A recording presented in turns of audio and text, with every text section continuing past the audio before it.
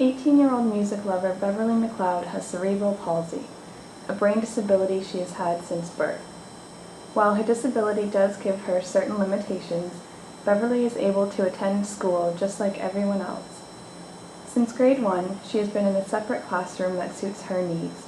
Her education has been focused on teaching her life skills opposed to complex math and language.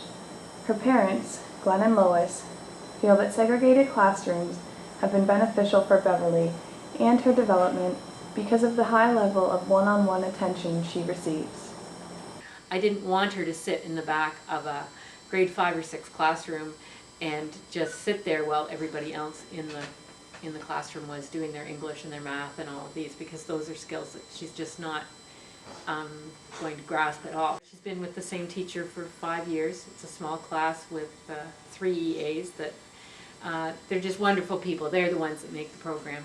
We've been really happy with that. It takes a special type of person to be a teacher in the special needs class, so we've been very fortunate that way. The last few years they have been doing some classes where Beverly has been out with a class and her teacher has team taught a class. So last year it was a parenting class that she was part of, and they talked about different parenting issues and watched parenting videos. So she was, her development there was learning how to sit with a group and not interrupt and not get distracted or upset or whatever. And that's been a big learning for her, and that's been really important, because a few years ago we couldn't take her some places because she just would not sit and would not be part of the group. She wanted to do her own agenda. While these programs are great, like all students, Beverly is only able to stay in high school until she's 21, leaving her parents with the dilemma of how to fill her days when she is no longer in school. It's hard to do, care or whatever, and that does worry us as to what will be available or how we'll service her needs. Once the school isn't there through the day, you end up doing a full-time programming kind of scenario for her every day, and basically running her from one thing to another, because there's no one day program you can drop her off and leave her for the day to have her active or involved in. There still are milestones being made, so you don't want to have her not in some kind of stimulating program that won't still encourage that. Loyalist College in Belleville has many special services that cater to individual needs, including those of people with disabilities. Jennifer Vincent is the manager for disability services. She works out of the Student Office for Alternative Resources, or SOAR, helping students with disabilities have a successful college experience.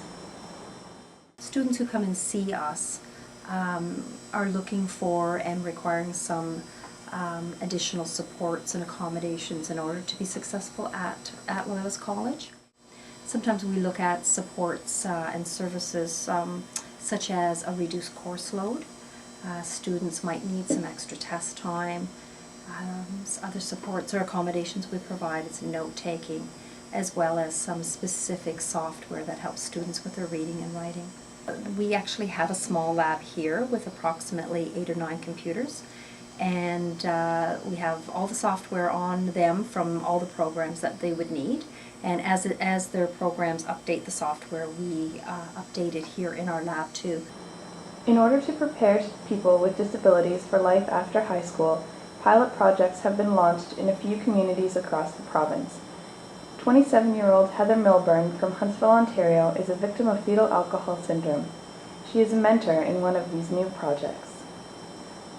I'm involved with, it's called Passport Mentoring Incentive, which is people with, adults with disabilities work with students that have been identified of having a disability, an intellectual disability, in their last year of high school, and just go through their life and their goals of what they want to do after high school, whether it's to go on in high school, get a job, move out on their own, whatever they want.